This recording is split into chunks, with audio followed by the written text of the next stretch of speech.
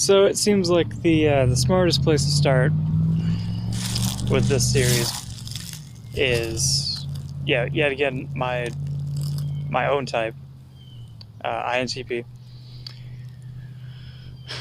and how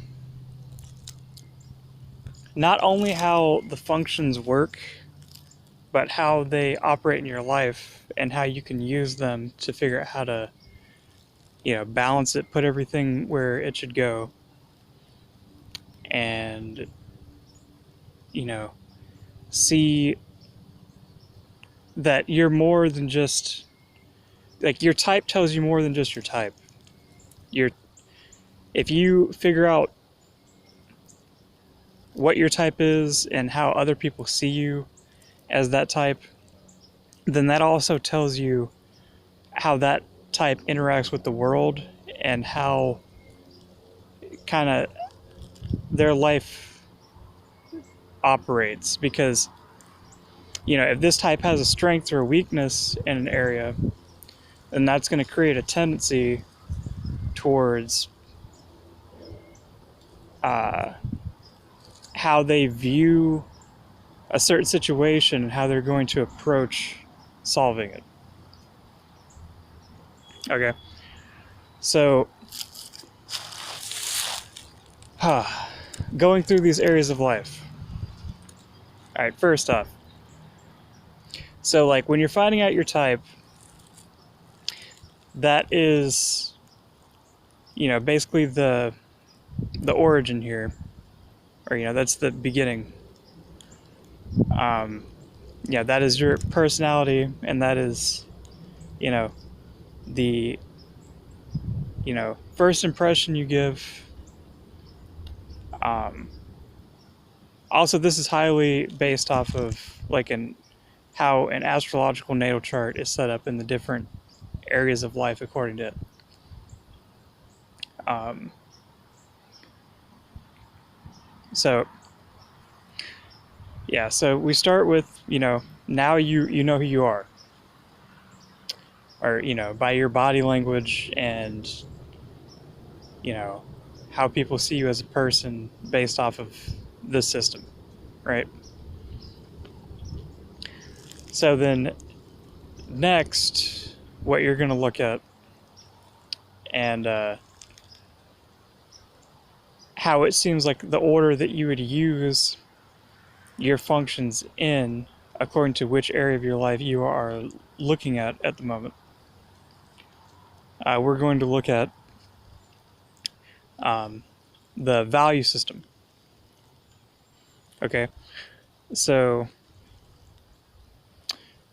what each type values is going to be what the type that has the last three letters flipped and the first letter the same has. Because your type has a hard time acquiring those things without paying for them, or without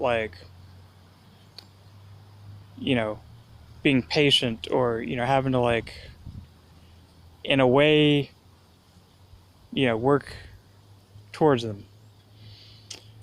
So I mean, you could just say that you're going to value anything that your type doesn't currently have, but I'm going to show how that's not the case here. Okay, so or how that has its own place, or vice versa, how if it is, then it's interconnected in a different way than what I'm illustrating here. So then,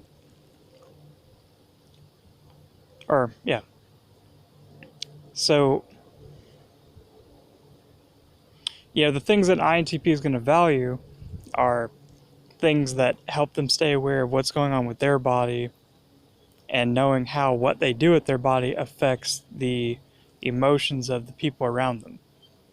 Because it's seen as an INTP being weak at that, knowing how what they do affects the emotions of the people around them, right? Which is what the ISFJ is seen as an expert on. So, kind of like the order of the functions for your values, it's kind of like, your third function, fourth function, then, your first function, then your second function. And, the subconscious flip of those in that order. So then, we go to next area, which is once you have those things, starting to go out and like talk to people, go to different places, because you got the things that like you valued. So you want to go out more because you have those things that you felt like you needed before you went to go do that, basically. And then I'm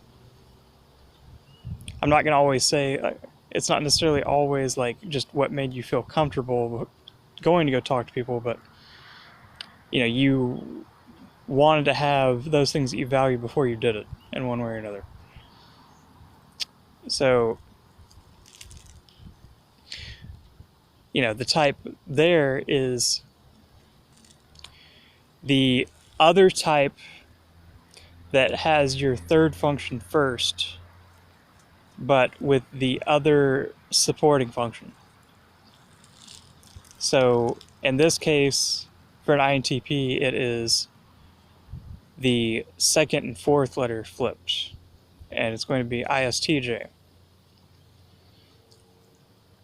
So, the things that you go out and go do and talk to people about are kind of the data that's going to support the actions that people can take. Things you've gathered from the actions you've taken, and things you've felt or things you've experienced already.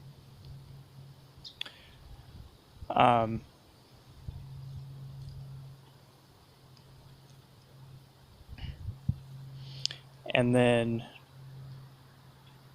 well,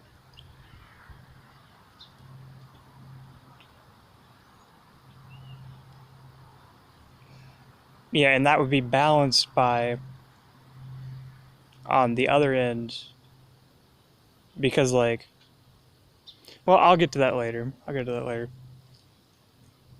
So, then we'll look at, then is you finding like a comfort zone or a home base where you could repeatedly do this. And this would be related to like your fourth function in cognitive function MBTI. And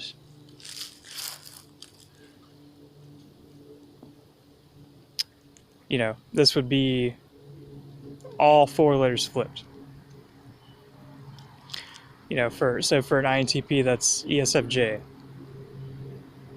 So, your comfort zone is going to be created, or you're going to be comfortable when, the emotions of everyone around you are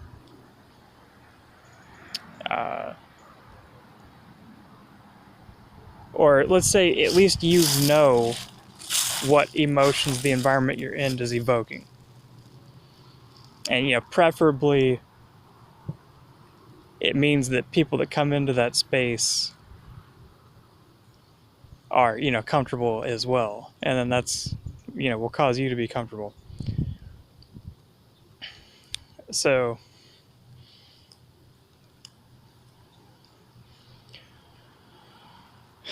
so that kind of tends towards or leans towards like it could sound, I don't know. Some people, I think, go ahead and jump the gun there and associate that with like narcissism, like you're only comfortable if other people are comfortable. And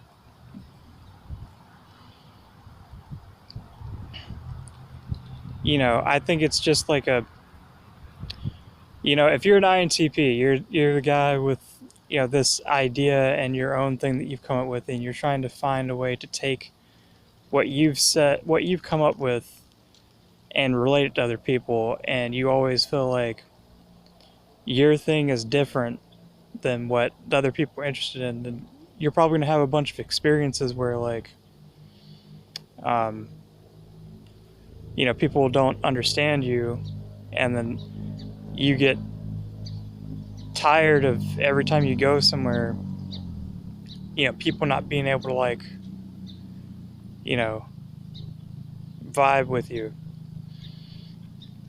And so it becomes like you wanting everyone to be comfortable with your ideas so that you can be comfortable.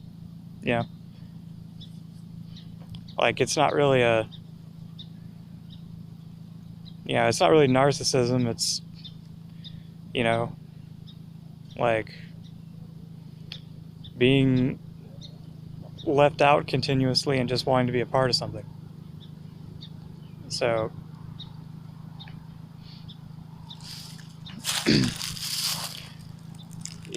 so then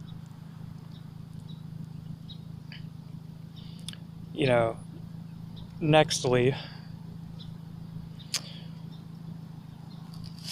you got now that you have this comfortable space, then it's like we're all cool now. What do we do?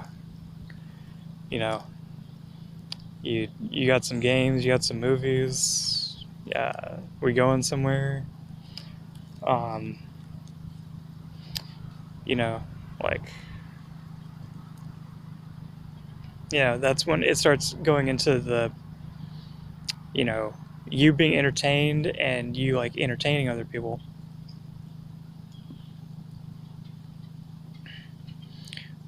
Um, and being creative in that way. And for INTPs, this is going to be, well, the rule of thumb here is it's when you're charting all this out, is you're actually going to use the fifth house is a little bit trickier because you're gonna have to use the 11th house first before you do the fifth, and to figure out, or you're gonna have to figure out your what kind of friends and your support before you know how you're going to entertain them and how you're entertained. So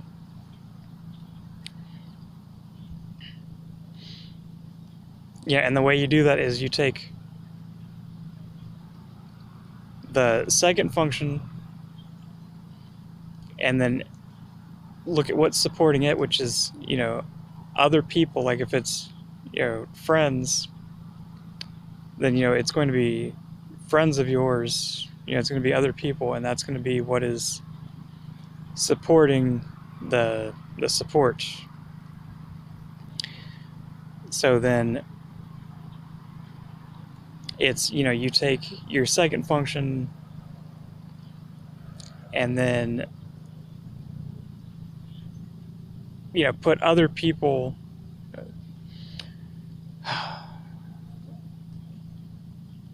that like the type that's related to other people and like not yourself. So like say like you're an INTP, then you're going to see yourself as like not an introverted feeler. So then your friendships are going to be based on your second function, which is extrovert intuition, and then your other people, which are the introverted feelers. So then you're going to get ENFP, because extrovert intuition first, and that's supported by the introverted feeling. And then to figure out what the fifth house would be, you flip the middle two letters of that type. So then it would be ESTP. So the way that an INTP is going to entertain people and be entertained is going to be from ESTP-like things. So like an INTP might want to like go build interesting stuff with people, or like go build or just go do things that an ESTP would do, for fun. Go outside, look at what's going on, analyze it, but go impact things, because like they're usually in their own head. So then what they would do for entertainment is to go out and interact with these things. Maybe like that's how they end up being like inventive, is because what they do for fun is go maybe work on things, something kind of like, doesn't have to be mechanical, but you get what I mean, like look at the parts of something, piece it together in one way or another, like that, but like in a physical way. Or their jokes might be based on